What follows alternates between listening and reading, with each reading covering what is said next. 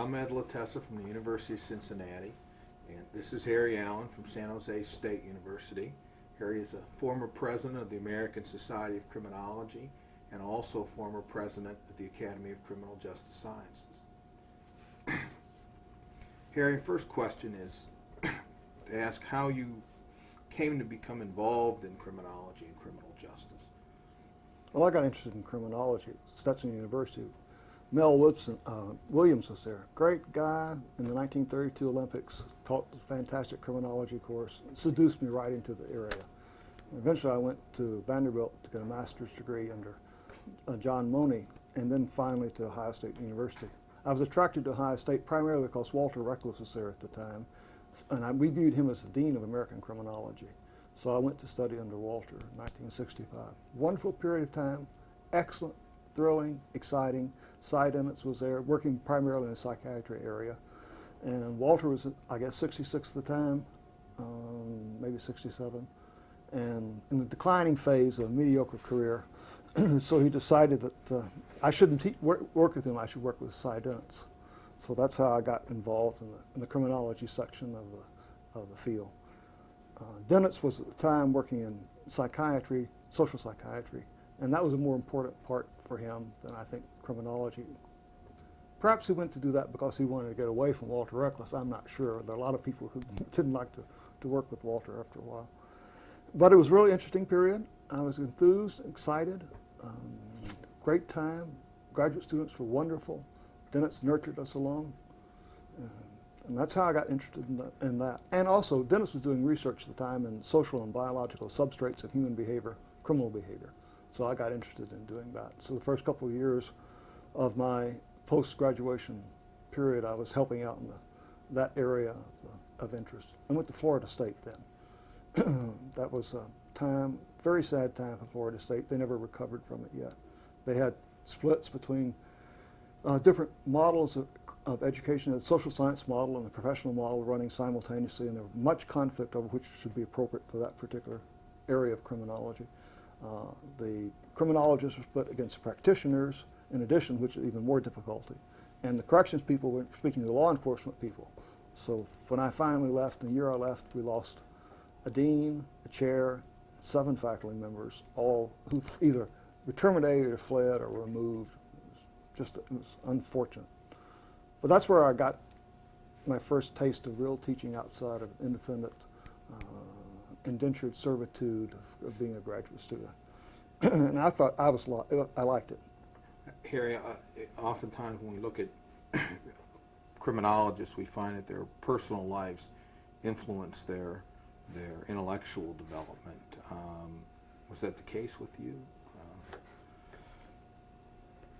It was. I've always been sort of an underdog pitcher, trying to help out.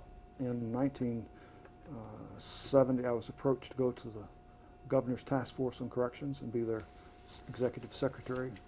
So I went in part because I wanted to make the correctional system more humane and also more effective. And I was there for 2 years working in the task force. As a result of that, I came in contact with this new school of public administration that's just starting out, and they had a program in there for the study of crime and delinquency, and they in turn approached me for joining it. That started a new phase of my development, a soft money operation. I ran the program from 71 to 78. It had a doctoral program attached to it. Some wonderful students were there, people who've done good things since they've been out. Jerry Vito, yourself, Chris Eskridge, Rick Sider, Charles Eden, the people came through that I can name off the top of my head. All have gone on to do different things. Rick is probably, for his practice level, really outstanding. And I think you and Jerry are trying to see who can out-publish each other in the fields. But that was it. It's an interesting period of time. And I would probably still be there, but there was an agreement, sort of a gentleman's agreement sign-off called a Memorandum of Understanding that called for the development of the program into a center.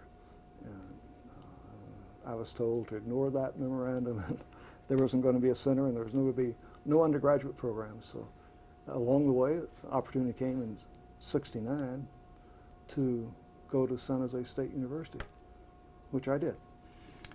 Harry, in terms of your contributions, and of course I know that you came back, you know, you left Ohio State only briefly and then came back and began immediately a new position, a major part of which was to go after funding. Talk a little bit about some of your contributions in terms of the work that you've done over that period and later, and maybe how your interests have changed and what kind of contributions you think you've made to the field. Well, the concrete contributions, I think, are personified in the students who've come through. That's what I feel most comfortable about. Research there, it was done in evaluation of psychiatric units attached to corrections, halfway house movement, parole, probation, major movements in the field of corrections. I took that very seriously because that represents an attempt to solve some of the challenges of crime in a free society without using this long-term and massive incarceration, the errors that we've crept into social policy at the current time. So I look for alternatives to incarceration. I think that probably is the buttressing for effectiveness and the impacts. That probably is one of my major impacts and contributions. But I see the field of corrections as being a reflection of the quality of the issues involved and the question of who are human beings and what should we do with them. And you can tell a lot about a civilization by what they do with their offenders. That's Churchill's position, which he's paraphrasing someone else. So I've been trying to push corrections along. Since I went to San Jose State, two things have happened. One, I've had to learn how to teach, which is very embarrassing. And secondly, I had to begin to look at the rapid changes taking place in correction. I've been very unhappy with those and been writing about it, trying to bring some change about. I've gotten involved on the local level, trying to help the jail people do things differently. They constructed a third-generation jail. Of course, accountability is very important in third-generation jail. And for accountability to work, however, you have to observe the workers. So some of our wonderful persons who worked in the jail would still engage in thump therapy. They'd take their charges down to the basement, which was not under video cameras, and thump them around a little bit and take them back up. So we tried to discourage this type of behavior. So that's really what I think has been some of the things that I've been interested in. Harry, one of your contributions, of course, is the book Corrections in America, which has probably taught more students about corrections than any other book in existence. When did you when was that first published, and kind of how has that book evolved over the years for you? I know it's been a big, important part of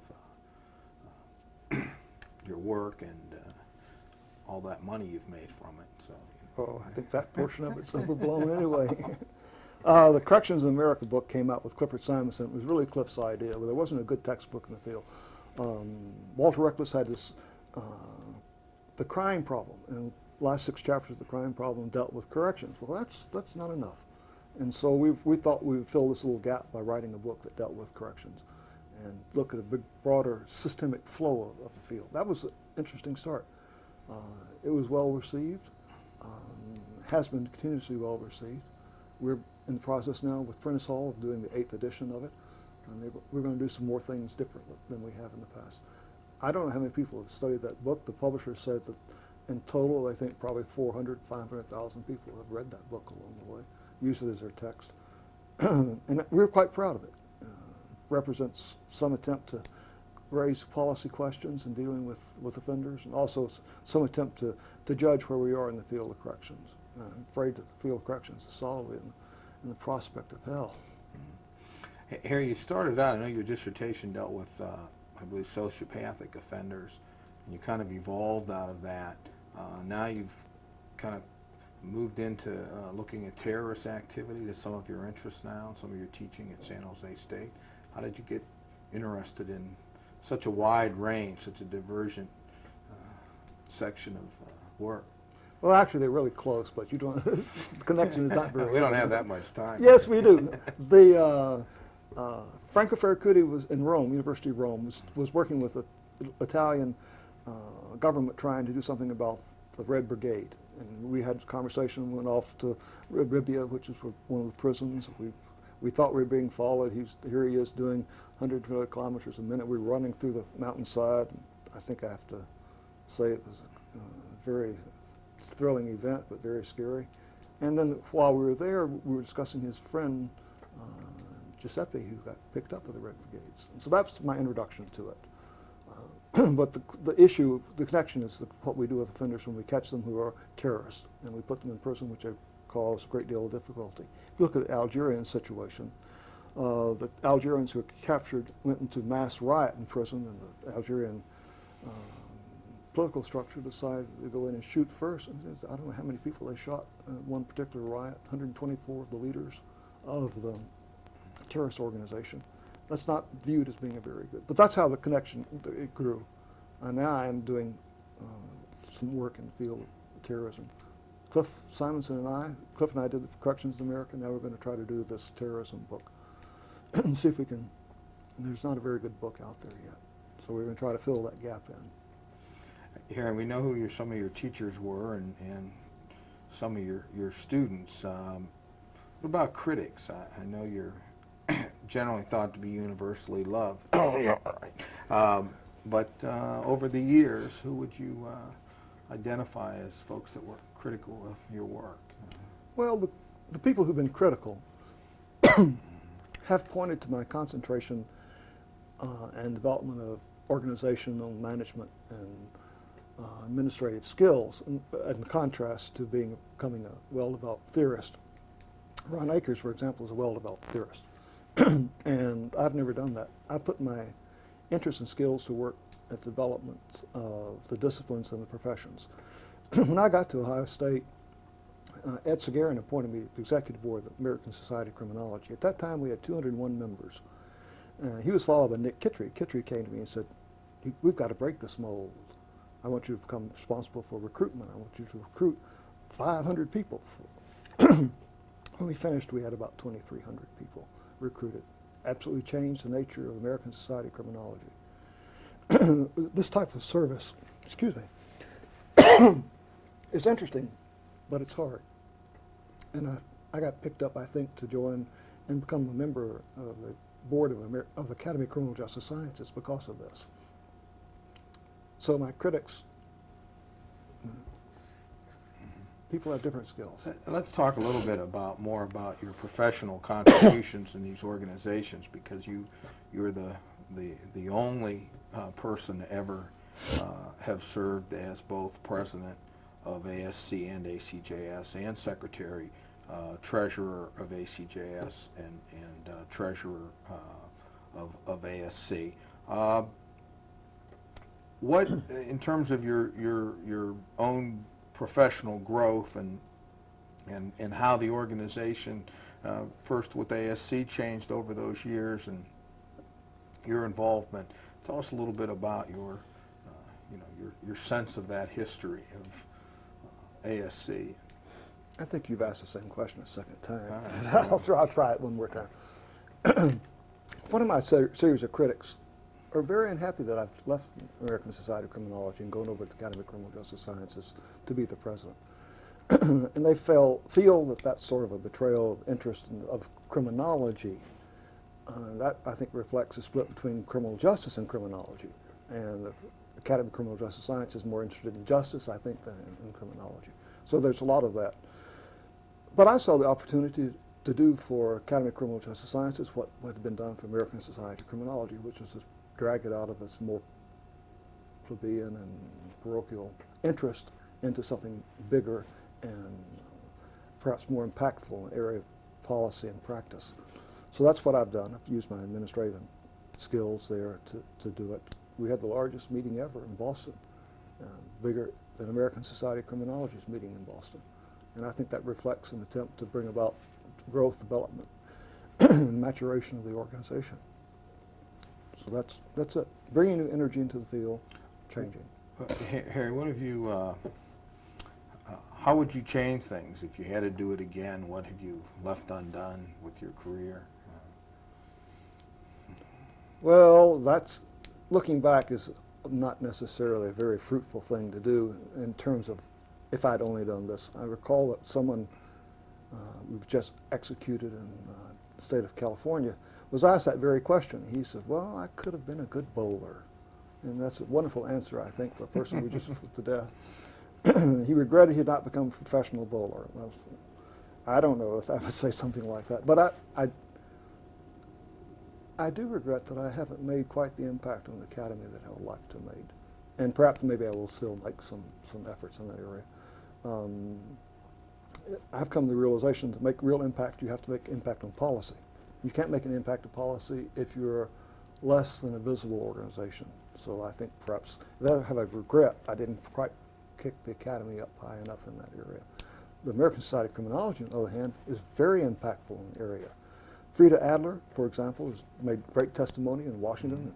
She's gotten involved with COSA, and they're doing things, but I haven't been able to get the academy to quite fess up to that set of responsibilities. Do you find it a little ironic, since the academy has always been more of a applied type of organization focusing on criminal justice, where criminology has always been seen as more theoretical and academic? At the risk of being crass, the American Society of Criminology's efforts to influence policy is in part a reflection of the change in the funding nature in Washington, D.C., but it's also a reaction to the Neanderthals who've come back out of the woods to push for the punishment and retribution and vengeance area, and they're trying to do something to keep that from happening. And I think it is almost paradoxical, but you could have predicted it in retrospect. The academy, on the other hand, has been too sensitive to growth issues and not willing to bite the bullet on taking the stands that they need to take.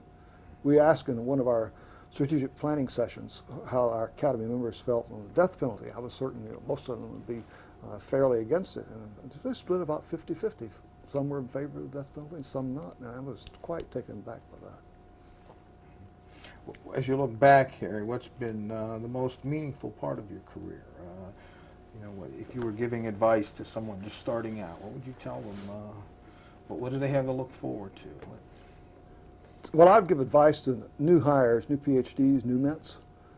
Find a mentor, because that's the type of relationship that will go the furthest, I think, in bringing a person's own interest around.